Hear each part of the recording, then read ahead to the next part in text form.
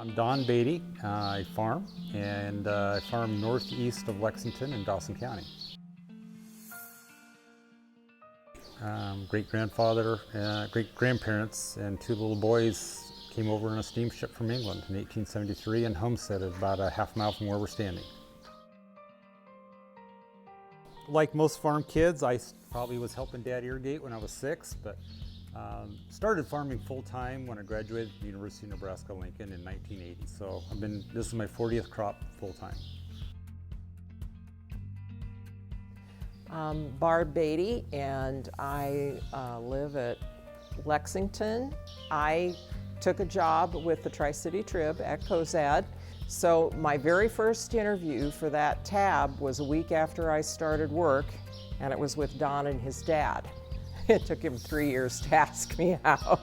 The week we got married, it was in '85. We got married in '85, and we were losing money on cattle, and we got hailed out that summer. So yeah, there's stress now, but nothing like the stress of the '80s. My dad was the main operator. We operated a feedlot. When he retired, cattle market was kind of bad, and we had some changes in environmental laws, so we got out of the livestock industry. And we're strictly grain farmers now. We currently raise irrigated corn and soybeans. Roughly 2/3 corn and 1/3 soybeans is what we want to run. Several years ago, I was at an extension workshop led by Nathan Mueller. And so that's when I learned about it, and Nathan had encouraged me to get involved with it. And so finally decided to take the plunge. And Ag Leader had encouraged me to do a study on, they wanted to show. And I thought, well, if I'm going to do it, I'm going to do it along with on-farm research too, so that it can also be published in the university.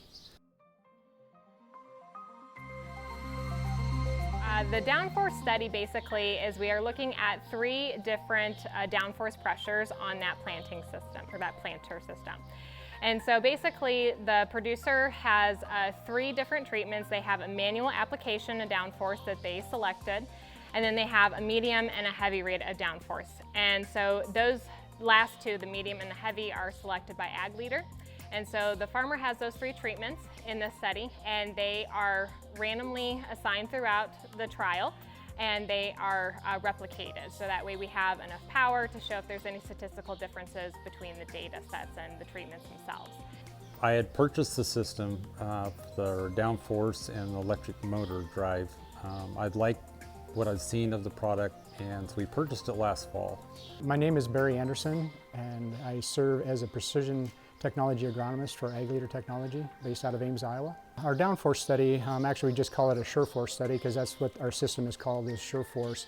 But what we're trying to do is, as you know, there's a lot of different factors that you find within a field, from soil type to topography to just the tillage practices themselves and the amount of residue within a field.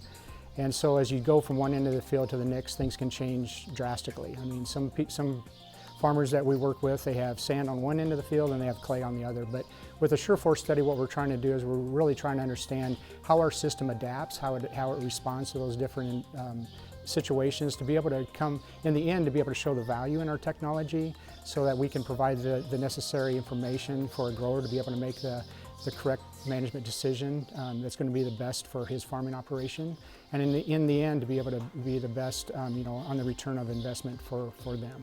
We went in, the farmer planted it at those different pressures, and we went in and we collected early season emergence counts as well as stand counts at approximately V4 to V6.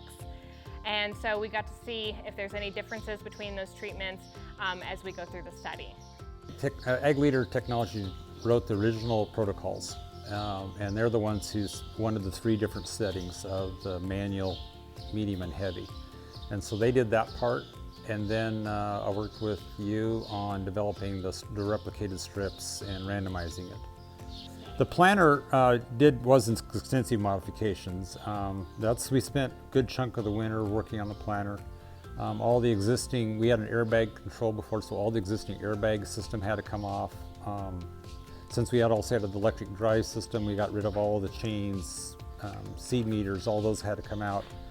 And then we replaced that with the hydraulic lines, there's a lot more wires, there's a generator, there's a lot of things we had to add. But we did it all ourselves, and it's not hard, it just took a little time. After plants started to emerge, we took some early season emergence counts.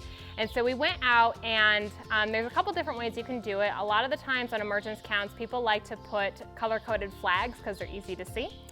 For the economics of it between the two studies, I decided to take popsicle sticks and spray paint them. So each day we would go out into each of these plots that were marked off, and we would put a popsicle stick next to the plants that had emerged. So being that they're color-coded, for example, if we had a green popsicle stick, that all came out on day 1. We'd put a blue popsicle stick on day 2, a yellow one on day 3, etc. So that way we could see trends in the data.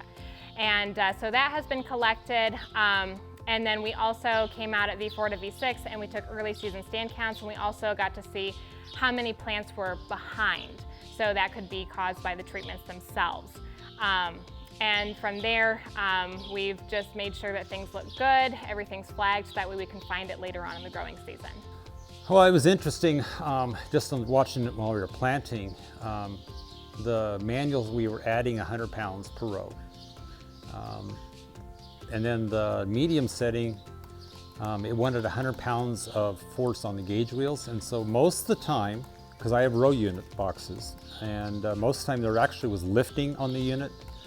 And so there was quite a bit of difference, and our ground was strip tilled prior to planting, and so it was at a soft seed bed, so we did not need the pressure. And I think that was a kind of a revelation as how little extra pressure we needed on our planter to run. I guess we'll see how it turns out, but yeah, we might replicate the trial next year. So the data has shown thus far, at least for the downforce study, that when we look at the emergence, everything looked pretty even across the treatments. There wasn't a huge amount of variability, and we saw a very similar trend for the early season stand counts. Everything looked nice and uniform. The producer planted at approximately 34,000 seeds per acre, and we had values that were very, very similar to that. So across the board, everything looks very good.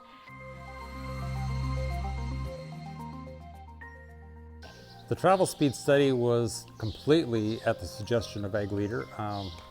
When he first told me, I was a little bit shocked. I did not know I was going to be doing that as well. Yeah, so we're doing a speed study using our SureDrive system. And really what our SureDrive is, it's a motor that fits onto the metering unit itself on the planters, so we can adapt to a lot of different meter systems that are out there. But what we're trying to do is we're just trying to understand, even with a SureDrive, without having to go to a high-speed planter, how with our SureDrive you can actually increase speed. So if you're currently planting at 5 miles an hour and you go to 7 miles an hour, is that going to allow you to still be able to maintain the singulation, the spacing that you need within the field? So even going from 5 to 7, you're probably increasing about 33% or so in speed.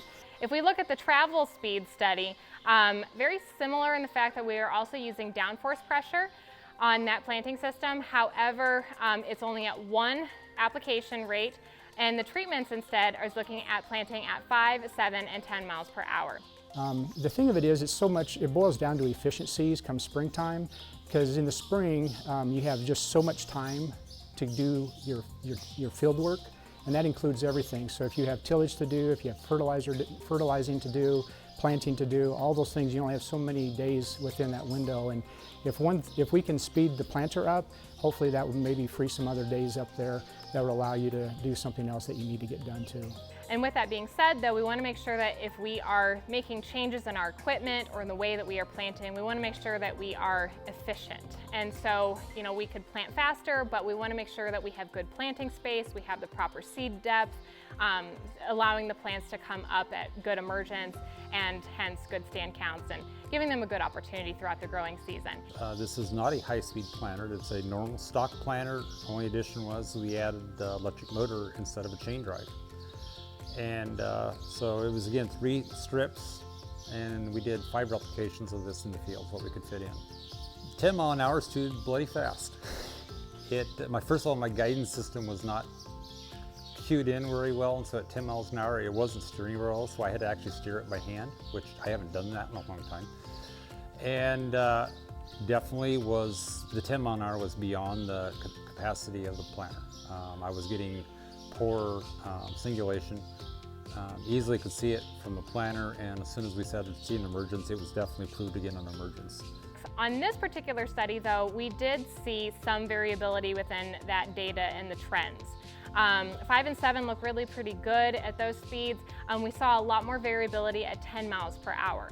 And so within that, we could see that we had some skips. We had some plots where plants were right next to each other, so the seeds were very, very close to one another. I even found some instances where there were seed on top of the soil surface.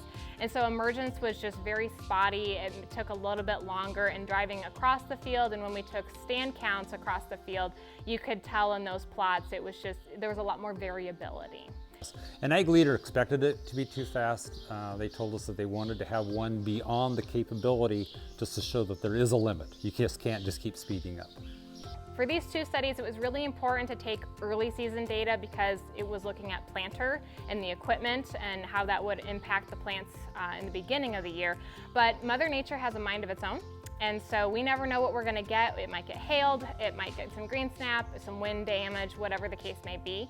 And so I wanted to take some late season stand counts on there. So there are flags throughout the field on the exact same plots, so that way I can come back later on in the growing season and find them and count them again.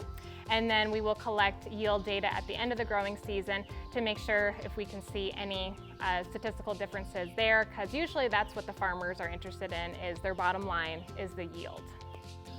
Extension service has been awesome, and in particular use there. I'd highly encourage farmers to do on-farm research of some type. Either do something you thought about, come up with a wild, crazy idea and try it. You never know. I've read an article that most large corporations devote 1 to 2% of their gross revenues to research, and maybe as much as 10%. And I think farmers ought to devote, 1, 2, 5% of your acres to research on your own farm, because what works in Lincoln may or may not work in Lexington, may or may not work in Scotts Bluff. With the help of the extension personnel, it makes it so much easier, and they'll do all the nitty-gritty and push the numbers for you, and all you have to do is decide what it is you want to research and then get in touch with your extension staff and they'll make it happen. The farmer comes, they have an idea, you sit down with them or you talk it over with them on the phone and just kind of discuss, what are your overall goals for this study in mind? And once you kind of have that, you can go and decide what you want to do from there. And usually farmers want to know yield, they want to know the economic return. But it really depends. I've worked with organic producers, they want to look at weed control. I've worked with some producers using biologicals, and they want to look at microbial communities or root growth and development, so you have to take root digs. So you kind of figure out what their goals are, what products they want to use, what equipment they want to use, and what treatments. And then from there you can kind of design it. You set up a treatment plot, or a trial that has randomized and replicated plots. So what we mean by that is we don't want to put all of our eggs into one basket. We don't want to put all of treatment A on one side of the field and treatment B on the other side of the field, because fields are variable. They have different soil textures. They might have low spots. They might have some disease pressure in one spot of the field, or they could get hailed out, whatever the case may be. And so we want to make sure that we have enough randomization so there's not a lot of bias within those treatments, if at all. And then we want to make sure we have plenty of replication, at least 3 replications in a treatment, so that way we can run good statistics on it, on the data. However, usually with my producers, I encourage them to plant 4 to 6 or 5 to 7 replications, because you might have a planting error. You might have part of the field that gets hailed out. You might have who knows what come up during the growing season, so we have to remove that particular rep. So long as we have enough data at the end of the growing season, enough reps, we can show that we have enough power in that data when we run statistics to show if there are any differences between treatments. I'm planning on farming another 6-7 years, and then I want to be done. The girls definitely will have some part. How that will look in the next 5 years, we're not sure. Every generation has changed the farm to fit the times, and so they need to be, and they're looking at different options and ways to move in the future.